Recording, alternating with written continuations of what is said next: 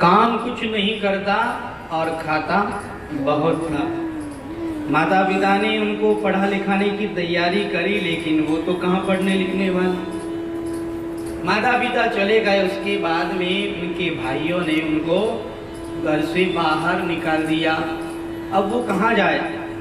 तो चलते चलते उन्होंने देखा कि एक बाबा जी का बड़ा सुंदर आश्रम है। आश्रम में गए तो वहां क्या देखा कि वहां उसी के समान हट्टे कट्टे लोग घूम रहे हैं। कहा ये आश्रम हमारे लायक है, यहाँ तो हमारे ही जैसे लोग घूम रहे हैं, हमारे जैसे अच्छा खाने पीने वाले लोग घूम रहे हैं, अच्छा है ये आश्रम। जाकर के महात्मा जी को प्रणाम किया और कहा कि आप कौन हैं? कहा महाराज हम यहाँ के सेवक हैं।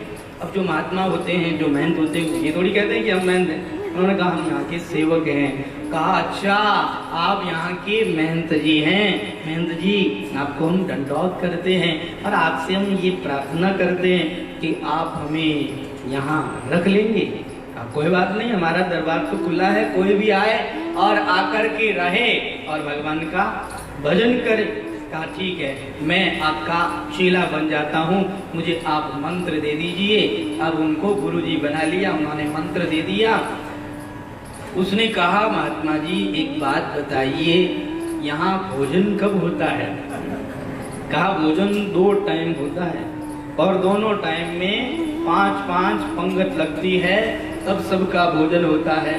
कहा महाराज 5 पंगत लगती है, अच्छा हम 5 पंगत में बैठे रहें तो आपको कोई हर्जा तो नहीं है? कहा मुझे तो कोई हर्जा नहीं है, लेकिन क्या तुम इतना खाते हो कि 5 पंगत में भी तुम्हारा पेट नहीं भरता? कहा महाराज क्या करें, आपकी कृपा है।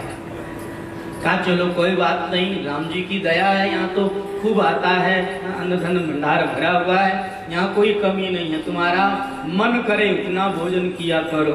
तो वह व्यक्ति इतना भोजन करता कि 5 पंगत पूरी होती तब उसका पेट भरता। और वो खाते खाते क्या कहता पता है? खाने दाने दाने पर लिखा है खाने वाले का नाम, दाने दाने पर लिखा है खाने वाले का नाम।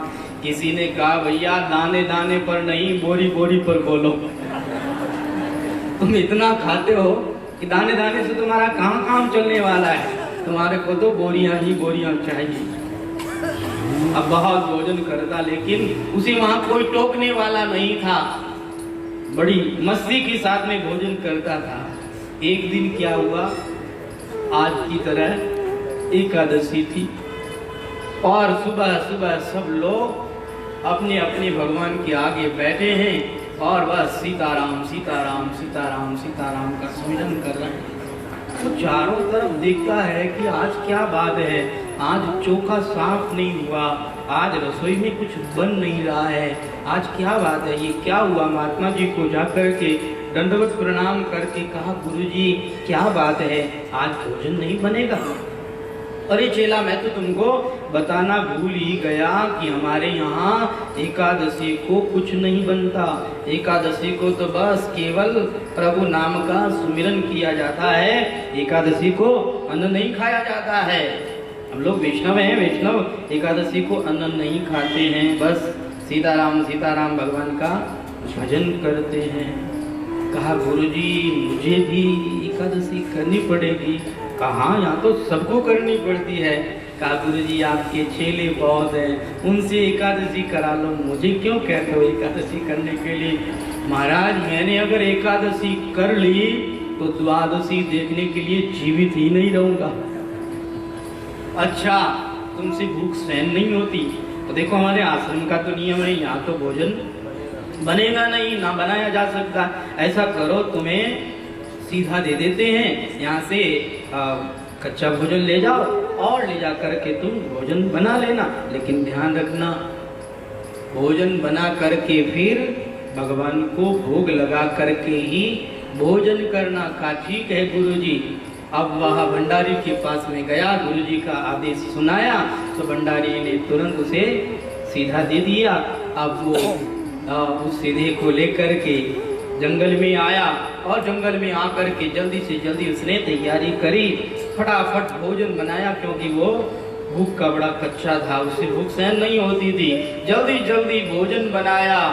जैसे ही भोजन बनाया तो उसे याद आया कि गुरुजी ने कहा था भोजन बना करके फिर भगवान को भोग लगाना और फिर भोजन करना। तो वह अब हाथ जोड़ करके भगवान को बुलाने लगा। राजा राम आइए, प्रभु राम आइए, मेरे भोजन का भोग लगाइए। राजा राम आइए, प्रभु राम आइए, मेरे भोजन का भोग लगाइए। मेरे भोजन का भोग लगाइए। राजा राम आइए, प्रभु राम आइए, राजा राम आइए, प्रभु राम आइए, मेरे भोजन का भोग लगाइए। मेरे भोजन का भोग लगाइए। भोजन का भोग लगाइए। हे राजा राम आइए और आकर के मेरे भोजन का भोग लगाइए। जब उसने भाव से और प्रेम से भगवान को पुकारा तो भगवान भी सोचने लगे, विचार करने लगे कि इतना प्रेम से बुला रहा है, जाना तो चाहिए। लेकिन भगवान ने थोड़ी देरी कर दी तो वो कहने लगा, आप क्या सोच रहे हैं? आप ये सोच रहे होंगे कि ये ठीक ढंग से भोग नहीं लगा रहा है। वहाँ गुरुजी तो कई मंत्र बोलते हैं और विधिवत आपको भोग लगाते हैं, लेकिन महाराज मैं तो अनपढ़ आदमी हूँ, मुझे भोग लगाने की कोई विधि ज्ञात नहीं है और मुझे पता भी नहीं है कि क्या क्या चाहिए, और मेरे पास में वो सब है भी नहीं। आचमनी अर्गान आरती यहाँ यही मेहमानी।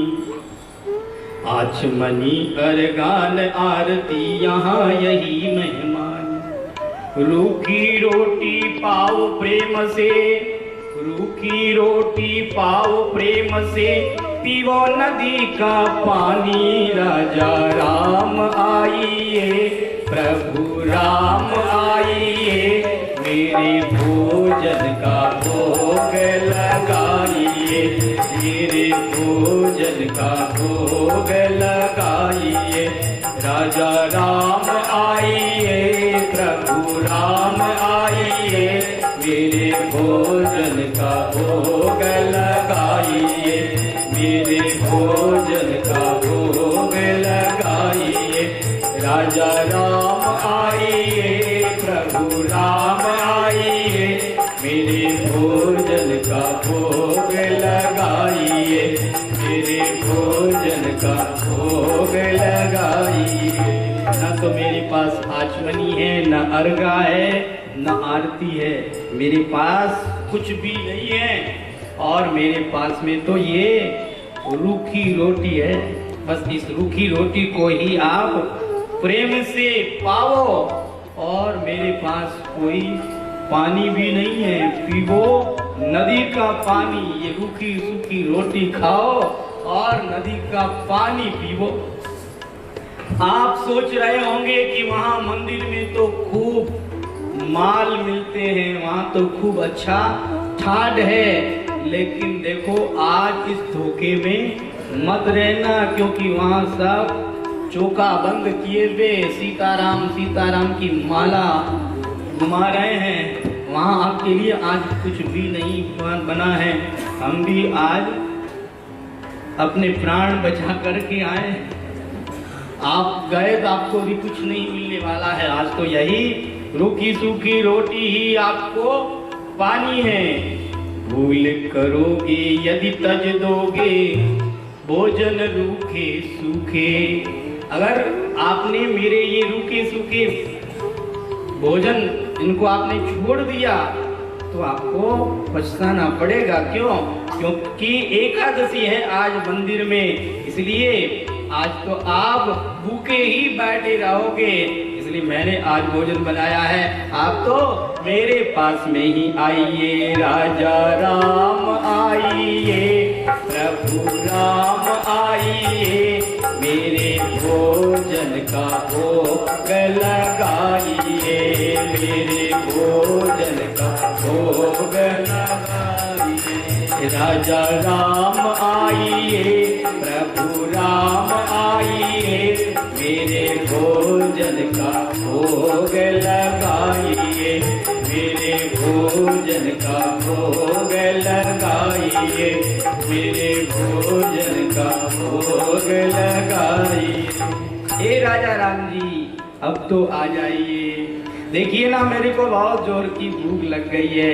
आपको पता है कि मेरे से भोजन में देरी मेरे को सहन नहीं होती है, मैं सहन नहीं कर सकता हूँ। आप तो आइए और आकर के जल्दी से भोग लगाइए। जैसे ही उसने प्रेम से भगवान को बुलाया, हमारे भगवान तो भाव की भूखे हैं, भगवान वहां पर प्रकट हो गए। बोलिए आनंद कंद भगवान की। भगवान प्रकट हुए और भगवान अकेले नहीं आए हैं। राम बाम दिशि जानकी, राम जी के वाम दिशा में, बाएं दिशा में कौन है? जानकी जी। आज तो भगवान श्री राम जानकी जी के साथ में आए हैं। और जैसे ही भगवान को आया हुआ देखा, वह भक्तराज तो भगवान को दंडोत करने लगा, प्रणाम करने लगा और प्रणाम करके कहने लगा, प्रभु आप आ गए, बड़ा अच्छा किया। लेकिन जैसे ही सीता जी को देखा, बार बार सीता जी की ओर देखे और इधर भोजन की ओर देखे। बुलाया तो अकेले को था और आ गए ये दोनों।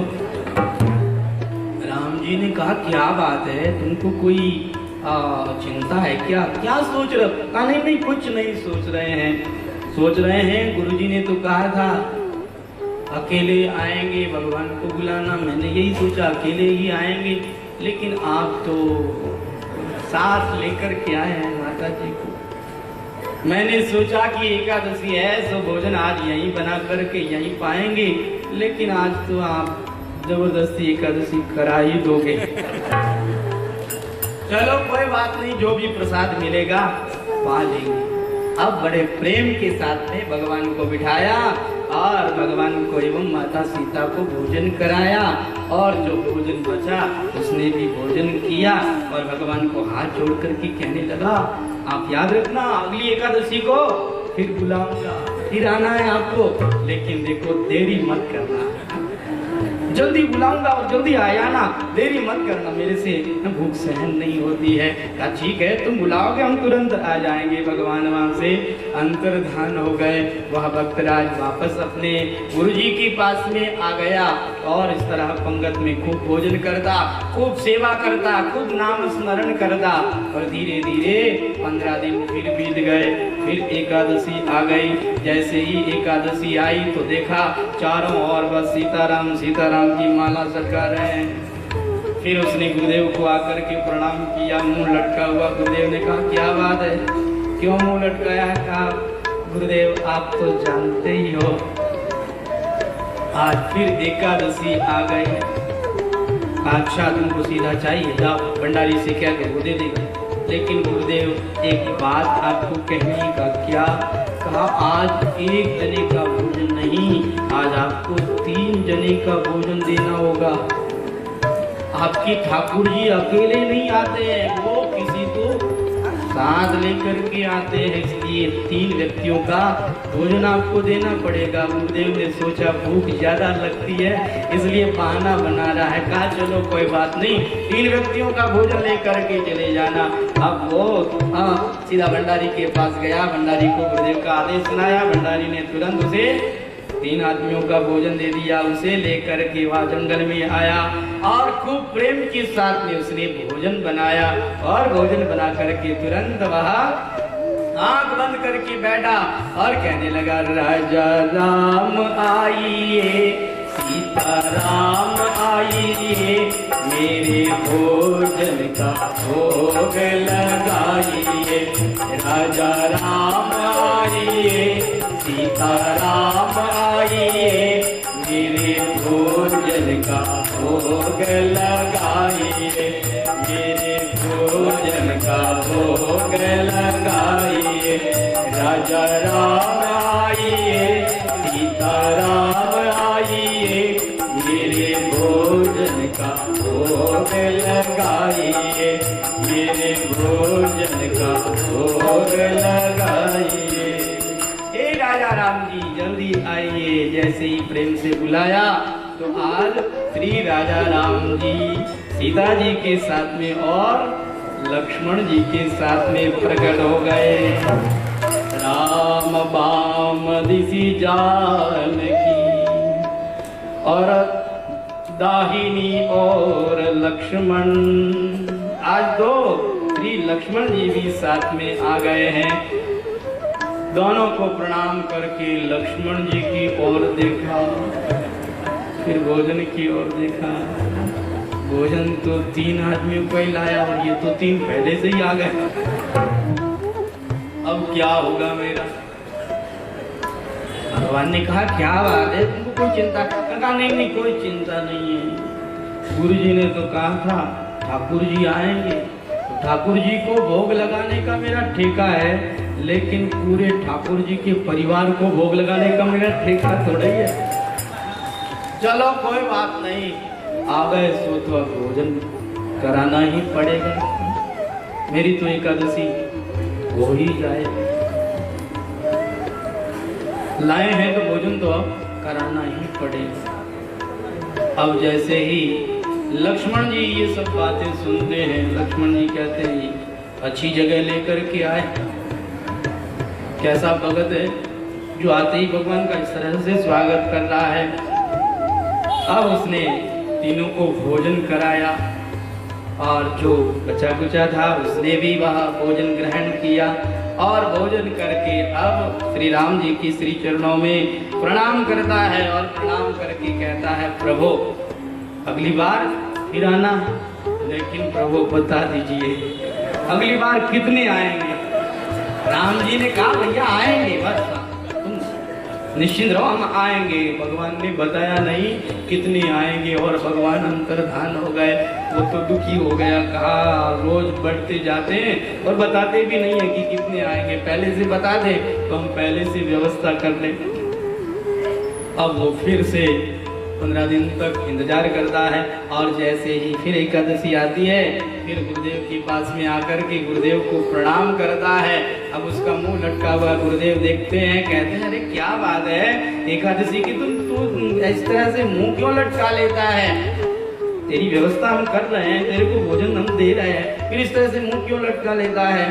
कहा देखो भगवान का दिया हुआ सब कुछ है, आप में सब कुछ दे देते हैं, लेकिन क्या बताएं आपके वो भगवान अकेले नहीं आते हैं, हर बार किसी न किसी को साथ लेकर के आ जाते हैं। अब की बार तो पूरा परिवार ही आ गया और अब की बार तो बता के ही नहीं गए कि कितने लोग आएंगे। इसलिए मेरे को तो अब 11 सेर आटा चाहिए। 11 सेर कहाँ पूरा परिवार आता है, कोई अकेले थोड़े ही आते हैं। कहा ठीक है जाओ 11 सेर आटा ले लो। अब गुरुदेव को शक हो गया कि इतना कोई थोड़ी खाता होगा, इतनी इसको भूख थोड़ी लगती होगी, ये आटा बेच करके आता होगा। अब गुरुदेव ने कहा चलो कोई बात नहीं, इसे जाने दो, हम पीछे से जाकर के देखेंगे। अब वह व्यक्ति गया और जाकर के भंडारी को प्रणाम करके गुरुदेव का आदेश सुनाया। भंडारी ने तुरंत 11 सेर आटा दे दिया और साथ में सब सामग्री दे दी। अब उसे लेकर के वह आया, जंगल में आकर के बैठ गया। उसने कहा राम जी होशियार हैं तो हम भी उनसे कम नहीं है, रोज भोजन बना करके रखते हैं, रोज वो बढ़ जाते हैं, पता नहीं लगता है, रोज मेरी एकादशी हो जाती है, लेकिन आज तो मैं भी भोजन नहीं बनाऊंगा। ऐसे ही बिना भोजन बनाए ही वह भगवान को बुलाने लगा। राजा राम आइए, सीता राम आइए, मेरे भोजन का भोग लगाइए। राजा राम आइए, सीता राम आइए, मेरे भोजन का भोग लगाइए, मेरे भोजन का भोग लगाइए, मेरे भोजन का भोग लगाइए। जैसे ही उसने भगवान को बुलाया, भगवान वहां प्रकट हो गए। उसने भगवान के श्री चरणों में प्रणाम करके जैसे ही ऊपर देखा तो आज भगवान अकेले नहीं, 2 नहीं, 3 नहीं, आज तो भगवान का पूरा परिवार आ गया है। आज तो पूरा राम दरबार ही आ गया है। अब वह भगवान की ओर देखता है और मन ही मन सोचता है कि देखो आज तो पूरे परिवार को ही लेकर के आ गए। अरे नर नारिन की तो चले किया, आज तो बानर को भी साथ लेकर के आ गए। अब तो वह कहता है प्रभु जी आज तो मैंने भी भोजन नहीं बनाया, पहले ही आपको बुला लिया। अब हम भोजन नहीं बनाएंगे, इतने लोग एक साथ आते हो, हमें तो भोजन बनाना आता ही नहीं है, बस मरता क्या नहीं करता। हम तो ऐसे ही भोजन बना लेते हैं, परंतु इतने लोगों का मैं भोजन नहीं बना सकता। आज आप सब आए हैं तो आप सब ही भोजन बनाएंगे। मैं तो आज प्रभु राम के चरण दबाऊंगा और मैं तो बैठा रहूंगा। अब वो बैठ गया और उसने कहा आप भोजन बनाइए। तो भगवान ने माता सीता की ओर इशारा किया और भरत जी की ओर इशारा किया। अब तो श्री भरत जी महाराज भंडारे की तैयारी करने लगे हैं।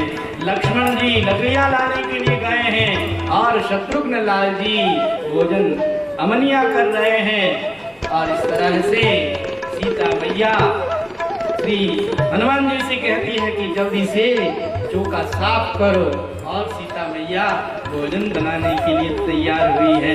आहा, सीता माता के हाथों का भोजन कौन नहीं करना चाहता है। उसने तो आंख बंद कर ली है और आंख बंद करके वहाँ भगवान को पुकार रहा है, भगवान का नाम का सुमिरन कर रहा है। भगवान ने कहा रे भैया तुमने आंख बंद क्यों कर ली? कहा आंख बंद नहीं करें तो क्या करें, इतने सारे लेकर के आए हो, सारा भोजन यही कर जाएंगे, हमें तो कुछ मिलना नहीं है। जब मिलना नहीं है तो आंख खोल करके क्या करेंगे?